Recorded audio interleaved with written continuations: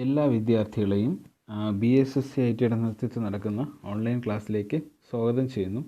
നമ്മൾ കഴിഞ്ഞ ക്ലാസ്സിൽ നോക്കിക്കൊണ്ടിരുന്നത് ക്വാഡ്രിലാറ്ററൽസുമായിട്ട് ബന്ധപ്പെട്ട് വരുന്ന പ്രോബ്ലംസ് ആണ്.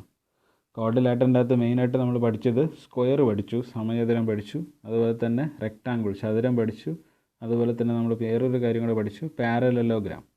ഈ മൂന്ന് കാര്യങ്ങളാണ് നമ്മൾ മെയിനായിട്ട് ക്വാഡ്രിലാറ്ററൽസ് എന്ന് പറയുന്ന പോളിഗൺസ് ആയിട്ട് ബന്ധപ്പെട്ട് വരുന്നത്. 4 സൈഡുള്ള പോളിഗൺസാണ് ക്വാഡ്രിലാറ്ററൽസ് എന്ന് പറയുന്നത്. അവിടെ നമ്മൾ പഠിച്ചത് അതുമായിട്ട് ബന്ധപ്പെട്ട് വരുന്ന ഒരു 3 ക്വസ്റ്റ്യൻസ് നമ്മൾ ഓൾറെഡി എന്ത് ചെയ്തിട്ടുണ്ട്, ക്ലിയർ ചെയ്തിട്ടുണ്ട്.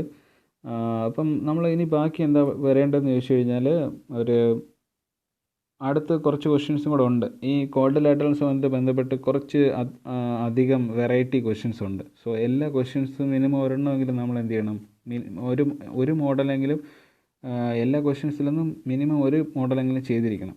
ഓക്കെ, സോ അതുകൊണ്ടാണ് ഒരുപാട് ഡിഫറെൻ്റ് ആയിട്ടുള്ള വെറൈറ്റി ക്വസ്റ്റ്യൻസ് ഉണ്ട്. സോ അതുകൊണ്ടാണ് ഒരുപാട് ക്വസ്റ്റ്യൻസ് ഈ ഭാഗമായിട്ട് ബന്ധപ്പെട്ട് വരുന്നത്. സോ എല്ലാ വെറൈറ്റിയിൽ നിന്ന് ഒരെണ്ണമെങ്കിലും മിനിമം ചെയ്തിരിക്കണം. സോ നമ്മുടെ ആദ്യത്തെ ക്വസ്റ്റ്യൻ നോക്കാം. Find the area, perimeter and diagonal of a rectangle whose length and breadth are 144 mm and 60 mm respectively. So ഇവിടെ ആദ്യം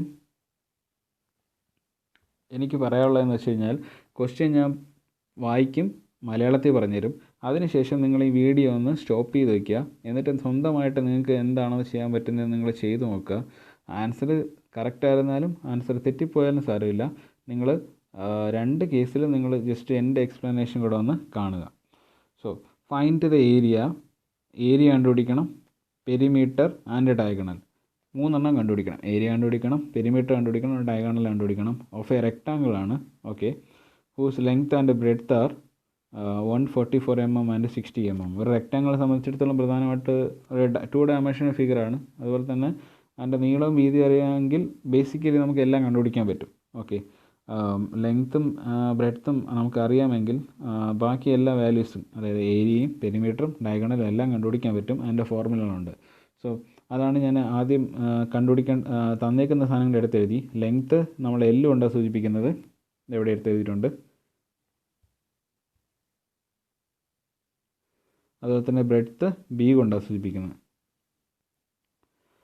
അത് രണ്ടും ഞാൻ എടുത്ത് എഴുതിയിട്ടുണ്ട്. അത് കഴിഞ്ഞതിന് ശേഷം ആദ്യം നമ്മൾ റെക്റ്റാങ്കിളിൻ്റെ ഏരിയയെക്കുറിച്ചാണ്. എല്ലാവർക്കും അറിയാം ചതുരത്തിൻ്റെ ഏരിയ കണ്ടുപിടിക്കാനുള്ള ഫോർമുല. ഏരിയ A സമം എന്താണ്, ലെങ്ത് ഇൻറ്റു ബ്രെഡ്ത്ത്. ചതുരത്തിൻ്റെ വിസ്തീർണം അല്ലെങ്കിൽ പരപ്പളവ് കണ്ടുപിടിക്കാൻ വേണ്ടി നീളം ഗുണം വീതി എന്നറിയാത്ത ആരും ഉണ്ടാവില്ല, എല്ലാവർക്കും അറിയാമെന്നുള്ള കാര്യമാണ്. So length into breadth. ലെങ്ത്തിൻ്റെ സ്ഥാനത്ത് 144 ഇൻറ്റു 60 ആണ് ബ്രെഡ്ത്ത്. വീതി 60 ആണ്. So 144 into 60 8640 unit. ശ്രദ്ധിച്ചോളുക, mm² നടക്കുന്നത്. അതെന്തുകൊണ്ടാണ് യൂണിറ്റ് നിങ്ങൾ എഴുതി പഠിക്കണമെന്ന് ഞാൻ പറഞ്ഞതെന്ന് ചോദിച്ചു കഴിഞ്ഞാൽ, ചിലപ്പോൾ ക്വസ്റ്റ്യനിൽ ഞാൻ അങ്ങനെ ക്വസ്റ്റ്യൻ പേപ്പർ കണ്ടിട്ടുണ്ട്. അതുകൊണ്ടാണ് പറയുന്നത്. ചില ക്വസ്റ്റ്യൻ പേപ്പറിൻ്റെ അകത്ത് 8640 2 കാണും. ഒരു ഓപ്ഷനിൽ എന്നും കൊടുത്തേക്കും യൂണിറ്റ്, മറ്റേ ഓപ്ഷനിൽ എന്തെന്നും കൊടുത്തേക്കും, mm² എന്നും കൊടുത്തേക്കും. നിങ്ങൾ അഥവാ ആണ് അടിച്ചു വെച്ചിട്ട് വരുന്നുണ്ടെങ്കിൽ തെറ്റാവും. നിങ്ങൾ മാർക്ക് ചെയ്യുന്നത് ആണെങ്കിൽ തെറ്റായി മാറും. കാരണം എന്താണെന്ന് വെച്ചാൽ ഏരിയ ആണ് ചോദിച്ചേക്കുന്നത്. ഏരിയയുടെ യൂണിറ്റ് എന്താണ്, mm² ആണ്. അതായത് നിങ്ങൾ കാൽക്കുലേഷൻ എല്ലാം ചെയ്ത് വാല്യൂ നിങ്ങൾക്ക് 8640 കിട്ടിയാൽ പോലും യൂണിറ്റ് കറക്റ്റായിട്ട് അറിയാൻ പാടില്ല എങ്കിൽ ചില സമയങ്ങളിൽ എന്ത് പറ്റാറുണ്ട്, തെറ്റ് പറ്റാറുണ്ട്. അത് ഒഴിവാക്കാൻ വേണ്ടിയിട്ടാണ് ഞാൻ പറയുന്നത് ഈ യൂണിറ്റും കൂടെ പഠിച്ച് തന്നെ പോവുക. mm² ആയിരിക്കും കേട്ടോ. സോ അടുത്ത പെരിമീറ്റർ P സമം നമുക്കറിയാം. റെക്റ്റാങ്കിളിൻ്റെ പെരിമീറ്റർ കണ്ടുപിടിക്കാൻ വേണ്ടിയിട്ട് നീളത്തിനെയും വീതിയും കൂട്ടിയതിന് ശേഷം ഇരട്ടി എടുത്താൽ മതി, 2 ഇൻറ്റു L + B.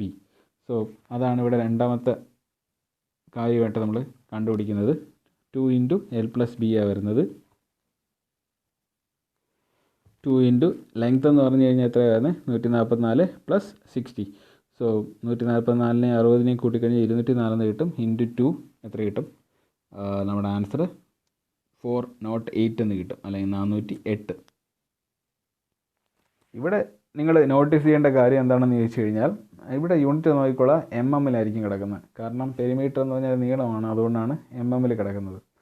സോ അടുത്ത ഡയഗണലിൻ്റെ ഫോർമുലയാണ്. ഡയഗണൽ D സമം √L² + B².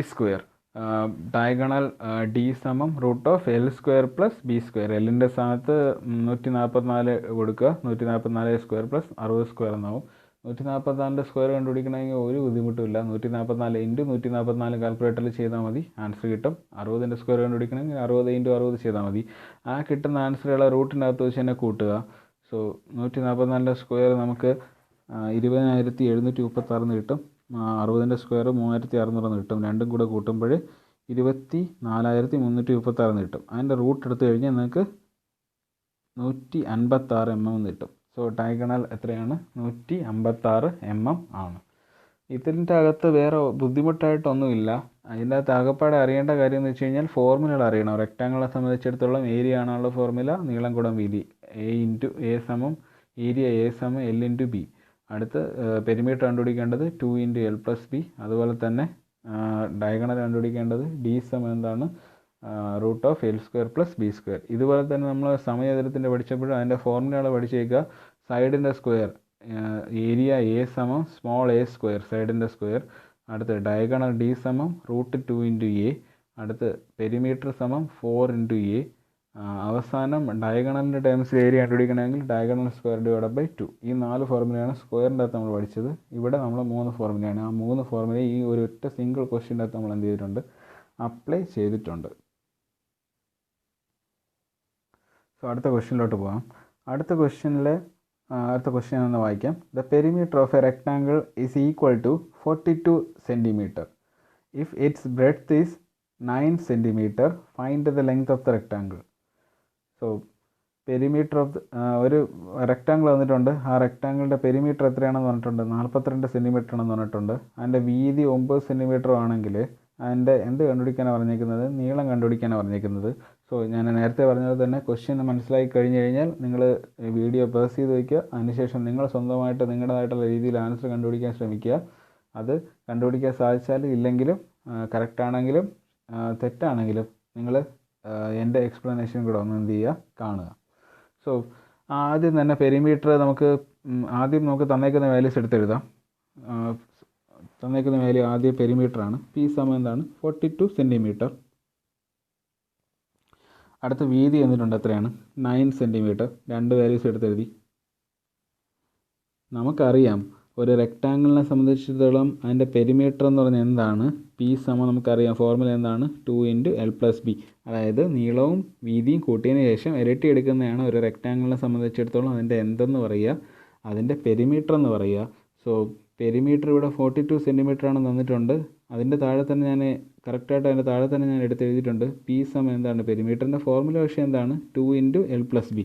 ഈ രണ്ട് കാര്യങ്ങൾ നോക്കുക. പി സമം 42 സെൻറ്റിമീറ്റർ, പി സമം 2 ഇൻറ്റു എൽ പ്ലസ് ബി. ഈ രണ്ട് ഇക്വേഷൻ്റെ ഇടത് സൈഡുകൾ തുല്യമാണ്. ഇവിടെ നിങ്ങൾ നോട്ട് ചെയ്യുക. ഈ രണ്ട് ഇക്വേഷൻ്റെയും ഇടത് സൈഡുകൾ എന്താണ്? തുല്യം ആണ്. രണ്ടും ഒരേ റെക്റ്റാങ്കിളിൻ്റെ എന്താണ്? പെരിമീറ്ററുകളാണ്. സോ ഒരേ റെക്റ്റാങ്കിളിൻ്റെ പെരിമീറ്ററുകളാണ്. പി സമം 42 സെൻറ്റിമീറ്റർ എന്നും പി സമം 2 ഇൻറ്റു എൽ പ്ലസ് ബി എന്നും കൊടുത്തേക്കുന്നത്. സോ ഒരു കോൺസെപ്റ്റ് ഉണ്ട് മാത്തമാറ്റിക്സിൽ. രണ്ട് ഇക്വേഷൻസ് തന്നിട്ടുണ്ട്. ആ രണ്ട് ഇക്വേഷൻസിൻ്റെയും ഏതെങ്കിലും ഒരു ഭാഗം തുല്യമായി കഴിഞ്ഞാൽ മറുഭാഗവും തുല്യമായിരിക്കും. അതായത് ഇപ്പം രണ്ട് ഇക്വേഷൻസ് തന്നിട്ടുണ്ടെന്ന് ഇരിക്കുക. ആദ്യത്തെ ഇക്വേഷൻ്റെ രണ്ടാമത്തെ ഇക്വേഷൻ്റെ ഇടത് സൈഡുകൾ തുല്യമാണെങ്കിൽ വലത് സൈഡുകളും തുല്യമായിരിക്കും. അതുപോലെ തന്നെ രണ്ട് ഇക്വേഷൻ തന്നിട്ടുണ്ട്. അതിൻ്റെ രണ്ട് സൈഡിൻ്റെ വലത് സൈഡുകൾ തുല്യമാണെങ്കിൽ ഇടത് സൈഡ് തുല്യമായിരിക്കും. അതൊരു ഇക്വേഷൻസിനെ സംബന്ധിച്ചിടത്തോളം ഒരു ബേസിക് ആയിട്ടുള്ള കോൺസെപ്റ്റാണ്. സോ ഇവിടെ പി സമം 42 സെൻറ്റിമീറ്റർ ആണ്. പി സമം 2 ഇൻറ്റു എൽ പ്ലസ് ബി ആണ്. അങ്ങനെയാണെങ്കിൽ ഇടത് സൈഡുകൾ തുല്യമായതുകൊണ്ട് തന്നെ വലത് സൈഡുകളും എന്തായിരിക്കണം? തുല്യമായിരിക്കണം. വലത് സൈഡുകളിൽ വരുന്നത് 2 ഇൻറ്റു എൽ പ്ലസ് ബി എന്നതിന് തുല്യമായിരിക്കും, 42ന് തുല്യമായിരിക്കും. രണ്ടാമത്തെ ഇക്വേഷൻ്റെ വലത് സൈഡായിട്ടുള്ള 2 ഇൻറ്റു എൽ പ്ലസ് ബി എന്നതിന് തുല്യമായിരിക്കും, 42ന് തുല്യമായിരിക്കും. ഈ ഒരു കോൺസെപ്റ്റ് ദയവ് ചെയ്ത് നിങ്ങൾ വ്യക്തമായിട്ട് മനസ്സിലാക്കി വെച്ചേക്കുക. ആ ഒരു കോൺസെപ്റ്റിൽ നിന്നാണ് ഈ ലൈൻ നമുക്ക് എഴുതാൻ പറ്റുന്നത്. നിങ്ങൾ മനസ്സിലാക്കേണ്ടത് ഇത്രയേ ഉള്ളൂ. 2, 3, 8, 10, 100 ഇക്വേഷൻസ് തന്നേക്കാണെന്ന് വിചാരിക്കുക. ഈ എത്ര ഇക്വേഷൻസ് തന്നു കഴിഞ്ഞാലും അതിൻ്റെ എല്ലാം ഒരു സൈഡ് തുല്യമാണെങ്കിൽ മറു സൈഡുകളും എന്തായിരിക്കും? തുല്യമായിരിക്കും. അതാണ് കോൺസെപ്റ്റ്. വേറെ ഒന്നുമല്ല അവിടെ ഞാൻ ഉപയോഗിച്ച കോൺസെപ്റ്റ്. ആ ഒരു സിമ്പിൾ കോൺസെപ്റ്റാണ് ഉപയോഗിച്ചത്. നിങ്ങൾക്ക് ഇത് എവിടെ വേണമെങ്കിലും ഉപയോഗിക്കാം. ഇത് എപ്പോഴും മാത്തമാറ്റിക്സിൻ്റെ അകത്ത് എല്ലാ സാഹചര്യങ്ങളിലും ഈ ഒരു കോൺസെപ്റ്റ് നിങ്ങൾക്ക് അപ്ലൈ ചെയ്യാൻ പറ്റുന്നതാണ്. സോ അവിടെ നിന്നാണ് 2 ഇൻറ്റു എൽ പ്ലസ് ബി എന്താണെന്ന് നമുക്ക് കിട്ടിയത്? 42 സെൻറ്റിമീറ്റർ എന്ന് കിട്ടിയത്. ആ കോൺസെപ്റ്റ് മറന്നു പോകുന്നവരുണ്ടെങ്കിൽ ഇത് നോട്ടായിട്ട് എഴുതിയെടുക്കുന്ന സമയത്ത് മലയാളത്തിൽ തന്നെ നിങ്ങൾക്കത് എഴുതി വയ്ക്കാം, ഒരു ബുദ്ധിമുട്ടുമില്ല. നമുക്ക് പഠിക്കാൻ വേണ്ടിയിട്ടല്ലേ, എങ്ങനെ എഴുതിയിരുന്നാലും കുഴപ്പമില്ല. ഇംഗ്ലീഷിൽ തന്നെ എഴുതണമെന്നൊന്നുമില്ല, മലയാളത്തിൽ എഴുതി വെച്ചാൽ മതിയാവും, നമുക്ക് മനസ്സിലാക്കാൻ വേണ്ടിയിട്ടാണ്. സോ 2 × L + B സമം എന്താണ്? 42 സെൻറ്റിമീറ്റർ. സോ അത് ഓക്കെ ആയി. അത് കഴിഞ്ഞതിന് ശേഷം 2 × L + ബിയുടെ സ്ഥാനത്ത് എൻ്റെ വാല്യൂ കൊടുത്തു ഞാൻ അടുത്ത ലൈനിൽ 9 സമം 42 സെൻറ്റിമീറ്റർ, യൂണിറ്റ് അങ്ങ് മാറ്റി. സോ അത് കഴിഞ്ഞതിന് ശേഷം ഇടത് സൈഡിൽ ഇവിടെ ഇപ്പോൾ പ്രശ്നം വരുന്നത്, നമുക്ക് കണ്ടുപിടിക്കേണ്ട സാധനം ലെങ്ത് ഉണ്ട്. ലെങ്തല്ലേ നമുക്കിപ്പോൾ ഇതിൻ്റെ അകത്ത് കണ്ടുപിടിക്കേണ്ടത്, ഈ ലെങ്തല്ലേ കണ്ടുപിടിക്കേണ്ടത്. ഈ ലെങ്ത്ത് മാത്രമാണ് ഇക്വേഷനിൽ അറിഞ്ഞുകൂടാതെ ഉള്ളത്. ഒരു ഇക്വേഷനിൽ ഒരു കാര്യം മാത്രമാണ് അറിഞ്ഞുകൂടാതെ ഉള്ളതെങ്കിൽ ആ ഇക്വേഷനിൽ നിന്ന് ആ കാര്യം കണ്ടുപിടിക്കാൻ സാധിക്കും. ഇതൊരു ബേസിക് ആയിട്ടുള്ള വേറൊരു കോൺസെപ്റ്റാണ്. ഒരു ഇക്വേഷൻ ഉണ്ട്, അതിൻ്റെ ഒറ്റ സാധനം മാത്രം അറിഞ്ഞുകൂടാത്ത ഉണ്ടെങ്കിൽ ആ അറിഞ്ഞുകൂടാത്ത സാധനം ആ ഇക്വേഷനിൽ നമുക്ക് കണ്ടുപിടിക്കാൻ പറ്റും മാത്തമാറ്റിക്കലി. അതെങ്ങനെയാണെന്ന് ചോദിച്ചു കഴിഞ്ഞാൽ, ഈ ഇക്വേഷൻ്റെ ഏത് സൈഡിലാണ് ഈ അറിഞ്ഞുകൂടാതെ കിടക്കുന്നതെന്ന് നോക്കുക. ഇക്വേഷൻ്റെ ഇടത് സൈഡിലാണ് കിടക്കുന്നത്. സോ അതാദ്യം നോക്കുക. ഈ ഇടത് സൈഡിൽ ഈ അറിഞ്ഞുകൂടാത്ത സാധനത്തിൻ്റെ കൂടെ ബാക്കി എന്തൊക്കെയുണ്ട്? ഒരു 9 ഉണ്ട്, ഒരു 2 ഉണ്ട്. സോ L + 9, അതിനെ മൊത്തമായിട്ട് ഈ 2 കൊണ്ട് എന്ത് ചെയ്തേക്കാണ്? പൊതുവായിട്ട് ഗുണിച്ചിരിക്കുകയാണ്. അതുകൊണ്ടാണ് ആ ബ്രാക്കറ്റ് കിടക്കുന്നത്. 2 × L + 9 എന്ന് പറയാൻ കാരണം എല്ലിനെയും 9നെയും 2 എന്ന് പറയുന്ന ഒരു നമ്പർ കൊണ്ട്, പൊതുവായിട്ടുള്ള നമ്പർ കൊണ്ട് എന്ത് ചെയ്തേക്കാണ്? ഗുണിച്ചിരിക്കുകയാണ് മൊത്തമായിട്ട്. സോ ആദ്യം ഈ ഇടത് സൈഡിൽ ഗുണിച്ചിരിക്കുന്ന 2നെ എടുത്തുകൊണ്ട് വലത് സൈഡിലോട്ട് കൊണ്ടുവരിക. സോ നിങ്ങൾക്കറിയാം, ഒരു സൈഡിൽ ഗുണിച്ചിരിക്കുന്ന സാധനം മറു സൈഡിൽ പോയി കഴിഞ്ഞാൽ എന്തായിട്ട് മാറും? അത് ഞാൻ ഒരുപാട് പ്രാവശ്യം റിപ്പീറ്റ് ചെയ്തതാണ്. ഇടത് സൈഡിൽ നിങ്ങൾ ഗുണിച്ചിരിക്കുന്ന സാധനം വലത് സൈഡിൽ പോകുമ്പം ഡിവിഷൻ ആവും. ഗുണനവും ഹരണവും അങ്ങോട്ടും ഇങ്ങോട്ടും മാറും. അതുപോലെ തന്നെ കൂട്ടലും കുറയ്ക്കലും അങ്ങോട്ടും ഇങ്ങോട്ടും മാറും. ഇക്വേഷൻ്റെ ഇടത് സൈഡിൽ നിന്ന് വലത് സൈഡിലോട്ട് പോകാനും നിങ്ങൾക്ക് സാധിക്കും, വലത് സൈഡിൽ നിന്ന് ഇടത് സൈഡിലോട്ട് വരാനും സാധിക്കും. ഏതെങ്കിലും ഒരു സൈഡിൽ നിന്ന് മറ്റു സൈഡിലോട്ട് പോകുമ്പോൾ ഈ ഒരു റൂൾ ഓർത്ത് വെച്ചേക്കുക. ഇടത് സൈഡിൽ ഗുണിച്ചിരിക്കുന്ന വലത് സൈഡിൽ പോകുമ്പോൾ ഡിവിഷൻ ആവും, ഇടത് സൈഡിൽ കൂട്ടിയിരിക്കുന്ന വലത് സൈഡിൽ പോകുമ്പോൾ സബ്ട്രാക്ഷൻ ആവും. രണ്ടും പരസ്പരം മാറും. ഗുണനവും ഹരണവും പരസ്പരം മാറും, അതുപോലെ തന്നെ പ്ലസും മൈനസും പരസ്പരം മാറും. സോ ഇവിടെ ഗുണിച്ചിരിക്കുകയാണ് 2, അത് മറ്റു സൈഡിൽ പോകുമ്പോൾ ഡിവിഷൻ ആവും. ഇതാണ് നിങ്ങൾ അടുത്ത ലൈനിൽ കാണുന്നത്. ഇടത് സൈഡിൽ കിടന്ന 2 ജമ്പ് ചെയ്ത് വലത് സൈഡിലോട്ട് പോയി. വലത് സൈഡിലോട്ട് പോയപ്പോൾ അവിടെ ഓൾറെഡി 42 ഉണ്ടായിരുന്നു, അതേ /2 ആയിട്ട് മാറി. സോ L + 2 സമം 42 / 2 എന്ന് പറഞ്ഞ എന്താണ്? 21. അതാണ് ഈ സ്റ്റെപ്പിൽ കിടക്കുന്നത്. സോ ഇടത് സൈഡിൽ പിന്നെയും L കണ്ടുപിടിക്കാൻ ബാധ്യതയായിട്ട് നിൽക്കുന്നത് 9 എന്ന് പറയുന്ന നമ്പറാണ്, ബ്രെഡ്ത്താണ്. സോ അതിനെ എടുത്തുകൊണ്ട് വലത് സൈഡിലോട്ട് കൊണ്ടുപോവുക. പ്ലസ് ചെയ്തേക്കാണ് എല്ലിൻ്റെ കൂടെ. വലത് സൈഡിലോട്ട് പോകുമ്പോൾ എന്താവും? ഈ 9 വലത് സൈഡിലോട്ട് പോവുകയാണ്. പ്ലസ് ചെയ്തിരുന്ന ഈ 9 വലത് സൈഡിലോട്ട് പോകുമ്പോൾ മൈനസ് ആവും. അതാണ് നിങ്ങൾ ഈ അടുത്ത ലൈനിൽ കാണുന്നത്. L = 21 - 9 = 12 സെൻറ്റിമീറ്റർ എന്ന് നിങ്ങൾക്ക് ആൻസർ കിട്ടും. സോ ഇത് വളരെ നല്ലൊരു എക്സ്പ്ലനേഷനാണ് നിങ്ങൾക്ക് കിട്ടിയത്. ഇതിൻ്റെ അപ്പുറം ഒരു എക്സ്പ്ലനേഷൻ ഈ പ്രോബ്ലത്തിനില്ല. ഓക്കെ, സോ അടുത്ത ക്വസ്റ്റ്യൻ നോക്കാം. The perimeter of a rectangle is 48 centimeter and its length is 4 centimeter more than its width. Find the length and breadth of the rectangle. So ഇവിടെ പറഞ്ഞിരിക്കുന്ന ഒരു റെക്റ്റാങ്കിൾ ഉണ്ട്. ആ റെക്റ്റാങ്കിളിൻ്റെ പെരിമീറ്റർ എന്ന് പറഞ്ഞാൽ 48 സെൻറ്റിമീറ്റർ ആണ്. അതുപോലെ തന്നെ അതിനൊരു പ്രത്യേകതയുണ്ട്. അതിൻ്റെ ലെങ്ത്ത് അതിൻ്റെ വിഡ്ത്തിനേക്കാളും the length is more than 4 centimetre more than its width. അതിൻ്റെ നീളം എന്ന് പറഞ്ഞു കഴിഞ്ഞാൽ വീതി എത്രയാണോ അതിൻ്റെ 4 സെൻറ്റിമീറ്റർ കൂടുതലായിരിക്കും. അതായത് വീതി 10 ആണെങ്കിൽ നീളം 10 + 4 എത്രയായിരിക്കും? 14 ആയിരിക്കും. വീതി 8 ആണെങ്കിൽ നീളം എത്രയായിരിക്കും? 8 + 4 12 ആയിരിക്കും. വീതി എത്രയാണോ അതിൻ്റെ 4 കൂടുതലായിരിക്കും എന്ത്? നീളം എന്നാണ് പറയുന്നത്. കണ്ടുപിടിക്കേണ്ടത് find the length and breadth of the rectangle. നീളവും വീതിയും എന്ത് ചെയ്യണം? കണ്ടുപിടിക്കണം. സോ ക്വസ്റ്റ്യൻ മനസ്സിലായിട്ടുണ്ടെങ്കിൽ ഈ വീഡിയോ ഒന്ന് പേഴ്സ് ചെയ്ത് വയ്ക്കുക. അതിനുശേഷം സ്വന്തം വേണ്ട ആൻസർ കണ്ടെത്താൻ ശ്രമിക്കുക. അതിനുശേഷം മാത്രം ആ ഒരു ശ്രമം നടത്തിയതിന് ശേഷം മാത്രം ഞാൻ പറയുന്ന ആൻസർ നോക്കുക. സോ ഞാൻ എല്ലാം എഴുതുകയാണ്. പി സമം എന്താണ്? 48 സെൻറ്റിമീറ്റർ. ഇനി ക്വസ്റ്റ്യനിലുള്ള ഒരു സെൻറ്റൻസ് ഉണ്ട്, ഇത് തൊട്ട ഇത്രയും.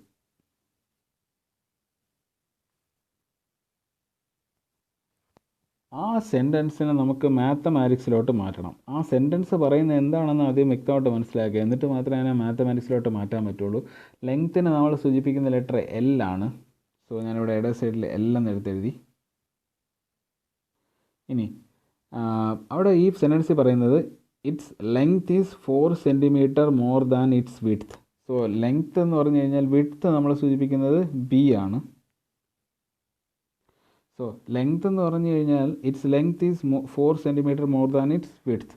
സോ ബി എത്രയാണോ അതിൻ്റെ കൂടെ 4 കൂട്ടുന്നതായിരിക്കും എന്ത്, എല്ലിൻ്റെ വില, ലെങ്ത്തിൻ്റെ വില. സോ എൽ സമയം എന്ത് വരും, ബി പ്ലസ് 4. സോ ഇത് കൺസിസ്റ്റൻ്റ് ആണ്. എങ്ങനെയാണെന്ന് ചോദിച്ചു കഴിഞ്ഞാൽ ഇപ്പം ബി 8 ആണെങ്കിൽ 8 + 4 ലെങ്ത് എത്ര കിട്ടും, 12 എന്ന് കിട്ടും. ബി നിങ്ങൾ എത്ര കൊടുത്തു കഴിഞ്ഞാലും ഈ ഒരു ഇക്വേഷൻ്റെ അകത്ത് എൽ = ബി + 4 എന്ന് പറയുന്ന ഇക്വേഷൻ്റെ അകത്ത് ബിയുടെ സ്ഥാനത്ത് നിങ്ങൾ എത്ര വാല്യൂ കൊടുത്തു കഴിഞ്ഞാലും അതിൻ്റെ 4 കൂടിയ വാല്യൂ ആയിരിക്കും ലെങ്ത് ആയിട്ട് കിട്ടുന്നത്.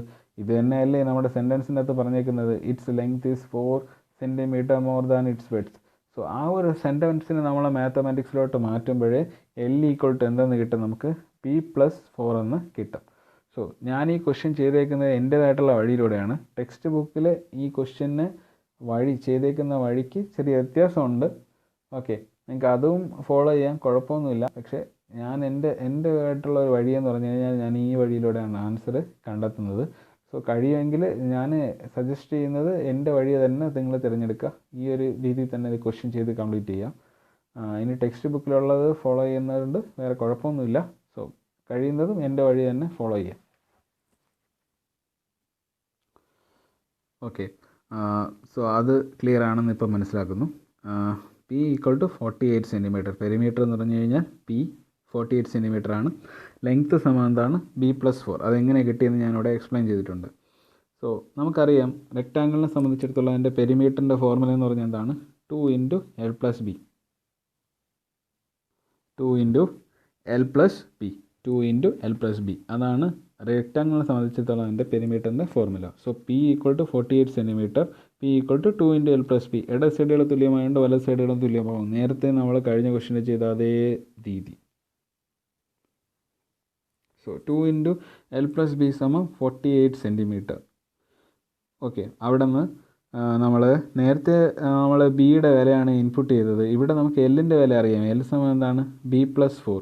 സോ ഈ രണ്ടാമത്തെ ഈ ഒരു ലൈൻ വരുമ്പോഴേ, ഞാനിപ്പം വരച്ച ലൈൻ വരുമ്പം നിങ്ങളത് എൻ്റെ ഒപ്പം റീഡ് ചെയ്യുക. 2 × അവിടെ നിങ്ങൾ നേരത്തെ സ്റ്റെപ്പിൽ 2 × L + B = 48 ആണെങ്കിൽ 2 × എല്ലിൻ്റെ സ്ഥാനത്ത് നമുക്ക് എന്ത് എഴുതാൻ പറ്റും, ഈ ഒരു ഫോർമുല പ്രകാരം എല്ലിൻ്റെ സ്ഥാനത്ത് നമുക്ക് ഇനി എന്ത് എഴുതാം,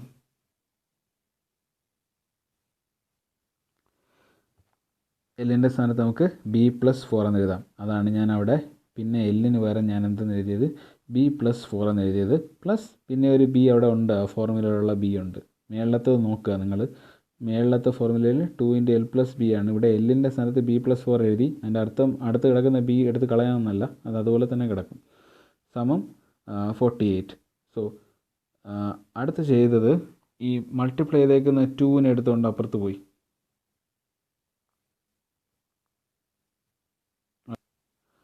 അടുത്ത സ്റ്റെപ്പിൽ മൾട്ടിപ്ലൈ ചെയ്തേക്കുന്ന 2-നെ എടുത്തുകൊണ്ട് അപ്പുറത്ത് പോയി. അതാണ് നിങ്ങൾക്ക് ഇവിടെ ഈ 2 ഡിവൈഡ് കാണുന്നത്. ഇട സൈഡിൽ മൾട്ടിപ്ലൈ ചെയ്തിരുന്ന 2 ആണ്, വല സൈഡിൽ 42/2 ആയത്. ഇനി ഇട സൈഡിൽ ഒന്നും കൂടെ നോക്കുക, ബി + 4 + B എന്ന് നടക്കുന്നത്. ബിയും ബിയും കൂട്ടുമ്പോൾ എന്താവും, 2B എന്നാവും. എക്സും കൂട്ടുമ്പോൾ എന്താവും, 2x ആവും. എല്ലും കൂട്ടുമ്പോൾ എന്താവും, 2L ആവും.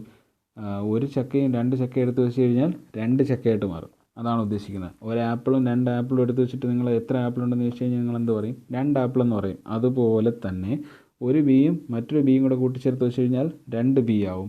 അതാണ് ഞാനിവിടെ ഉപയോഗിച്ച കോൺസെപ്റ്റ്, 2B. 2B + 4 സമയം എന്തെന്ന് കിട്ടും, 48/2. ആ /2 ഇടത് സൈഡിൽ നിന്ന് എന്നാൽ 2 വല സൈഡിൽ വരുമ്പോൾ ഡിവിഷനായിട്ട് മാറുന്നതാണ്. സോ 2B + 4 = അടുത്ത ലൈനിൽ 48ൻ്റെ പകുതി എന്ന് പറഞ്ഞാൽ, അല്ലെങ്കിൽ /2 എന്ന് പറഞ്ഞാൽ 24 ആണ്. ഇനി 2B ആണ് കണ്ടുപിടിക്കേണ്ടത്, അല്ലെങ്കിൽ B ആണ് നമുക്ക് കണ്ടുപിടിക്കേണ്ടത്. +4-നെ അപ്പുറത്ത് കൊണ്ടുപോവുക.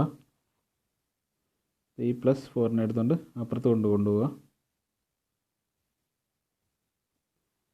അടുത്ത ലൈൻ നോക്കിക്കഴിഞ്ഞാൽ നിങ്ങൾക്ക് കാണാൻ പറ്റും. അടുത്ത ലൈൻ നോക്കിക്കഴിഞ്ഞാൽ നിങ്ങൾക്ക് കാണാൻ പറ്റും 2b സമയം എന്തെന്ന് കിട്ടും 24. ഇട സൈഡിൽ പ്ലസ് ചെയ്തിരിക്കുന്ന 4 വല സൈഡിൽ പോകുമ്പോൾ എന്താവും -4 ആയി.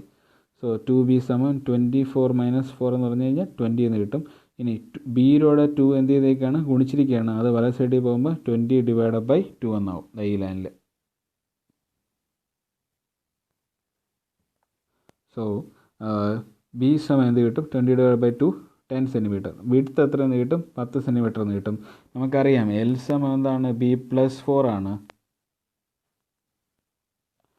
സ്വാഭാവികമായിട്ടും എൽ സമം b+4 ആയതുകൊണ്ട് ബി 10 ആയതുകൊണ്ട് 10 + 4 എത്ര കിട്ടും 14 സെൻറ്റിമീറ്റർ എന്ന് കിട്ടും. സോ ഇതിൻ്റെ നീളം എത്രയാണ് ഈ റെക്റ്റാങ്കിളിൻ്റെത് 14 സെൻറ്റിമീറ്റർ ആണ്. വീതി എത്രയാണ് 10 സെൻറ്റിമീറ്റർ ആണ്. ഓക്കെ, നെക്സ്റ്റ് ക്വസ്റ്റ്യനിലോട്ട് പോവാം. ഇതൊരു നല്ല വ്യത്യസ്തമായിട്ടുള്ളൊരു ക്വസ്റ്റ്യനാണ്. ഇതെല്ലാവരും ഒന്ന് മനസ്സിലാക്കി വെച്ചിരുന്നാൽ വളരെ നല്ലതാണ്. പക്ഷേ ഒന്ന് കെയർഫുള്ളായിട്ട് ശ്രദ്ധിച്ച് കേൾക്കുക, അല്ലെങ്കിൽ നിങ്ങൾക്ക് പിന്നെ ബുദ്ധിമുട്ട് വരും. അതുകൊണ്ടാണ്. So how many rectangular pieces of 50 centimetre into 20 centimetre can be cut out from A sheet of 1000 centimetre into 500 centimetre? ചോദ്യം ഇതാണ്, how many rectangular pieces of 50 centimetre into 20 centimetre, എത്ര പീസ് 50 സെൻറ്റിമീറ്റർ നീളവും 20 സെൻറ്റിമീറ്റർ വീതിയുള്ള എത്ര piece sheet cut ചെയ്തെടുക്കാൻ പറ്റും? ചെറിയ കഷ്ണങ്ങൾ 50 സെൻറ്റിമീറ്റർ ഇൻറ്റു 20 സെൻറ്റിമീറ്റർ എന്ന് പറഞ്ഞാൽ ചെറിയ കഷ്ണങ്ങളാണ്. ആസ് കമ്പയർഡ് എന്തുമായിട്ട് കമ്പയർ ചെയ്യുമ്പോൾ താരതമ്യം ചെയ്യുമ്പോൾ from A sheet of 1000 centimetre into 500 centimetre, 1000 centimetre നീളവും 500 സെൻറ്റിമീറ്റർ വീതിയുള്ള ഒരു വലിയ ഷീറ്റിൽ നിന്ന് നിങ്ങൾക്ക് എന്ത് മുറിച്ചെടുക്കണം? 50 സെൻറ്റിമീറ്റർ നീളവും 20 സെൻറ്റിമീറ്റർ വീതിയുള്ള ചെറിയ പീസുകൾ എന്ത് ചെയ്യണം? മുറിച്ചെടുക്കണം. അതാണ് ചോദ്യം. അങ്ങനെ മുറിച്ച് കഴിഞ്ഞാൽ നിങ്ങൾക്ക് എത്ര പീസ് മാക്സിമം ഇതിൽ നിന്ന് മുറിച്ചെടുക്കാൻ പറ്റും? അതാണ് ചോദ്യം. സോ ഞാനിവിടെ ആദ്യം തന്നെ ഞാൻ ഈ ഫിഗറിൻ്റെ അകത്ത് കാണിച്ചിട്ടുണ്ട്. ആദ്യം തന്നെ ഞാൻ ആ വലിയ ഷീറ്റ് വരച്ച് കാണിച്ചിട്ടുണ്ട്. ആ ഷീറ്റിൻ്റെ താഴെ നോക്കിക്കഴിഞ്ഞാൽ നിങ്ങൾക്ക് കാണാൻ സാധിക്കും 1000 സെൻറ്റിമീറ്റർ ആണ് നീളം, എത്രയാണ് 1000 സെൻറ്റിമീറ്റർ ആണ്. വീതി എത്രയാണ് 500 സെൻറ്റിമീറ്റർ ആണ്. ഇനി ഇതിനെ ഞാൻ എന്ത് ചെയ്യുകയാണ്, ഇമാജിനറി ആയിട്ട് 50 സെൻറ്റിമീറ്റർ നീളവും 20 സെൻറ്റിമീറ്റർ വീതിയുള്ള എത്രയോ കുറേ കഷ്ണങ്ങളായിട്ട് ഇതിനെ മുറിച്ചെന്ന് വിചാരിക്കുക. അതാണ് വല സൈഡിൽ കാണിച്ചിട്ടുള്ളത്. സോ ഇവിടെ ഇതിലൊരു പീസ് എടുത്തു കഴിഞ്ഞാൽ അതിൻ്റെ നീളം എത്രയായിരിക്കും? ഈ വല സൈഡിലുള്ള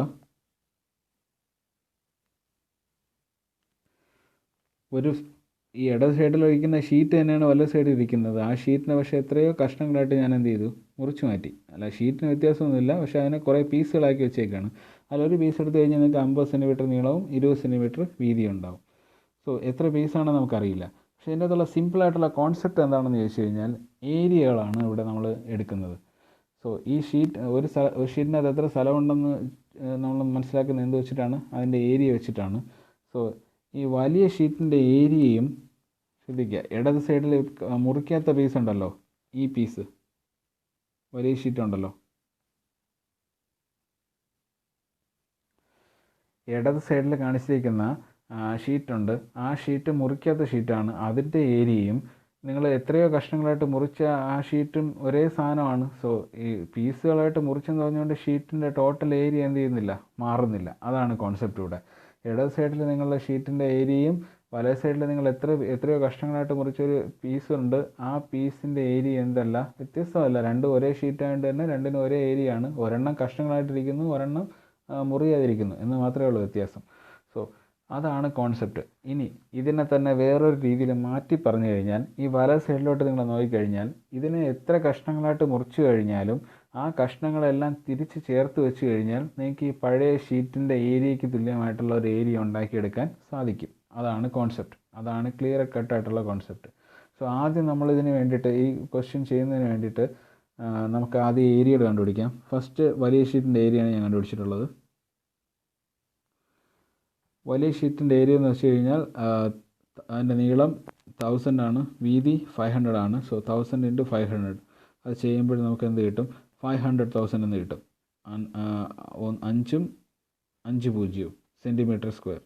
ഇനി ചെറിയ പീസ് എന്ന് വെച്ച് കഴിഞ്ഞാൽ ഏരിയ ഓഫ് സിംഗിൾ പീസ്, ചെറിയ പീസ്, സ്മോൾ പീസ് എന്നാണ് എഴുതേണ്ടിരുന്നത്. ആ സിംഗിൾ പീസിൻ്റെ ഏരിയ എന്ന് പറഞ്ഞു കഴിഞ്ഞാൽ 50 × 20 ആണ്. അത് എത്ര കിട്ടും? 1000 സെൻറ്റിമീറ്റർ സ്ക്വയർ എന്ന് കിട്ടും. അത് എത്ര കിട്ടും? 1000 സെൻറ്റിമീറ്റർ സ്ക്വയർ എന്ന് കിട്ടും. സോ ഇങ്ങനെയുള്ള 1000.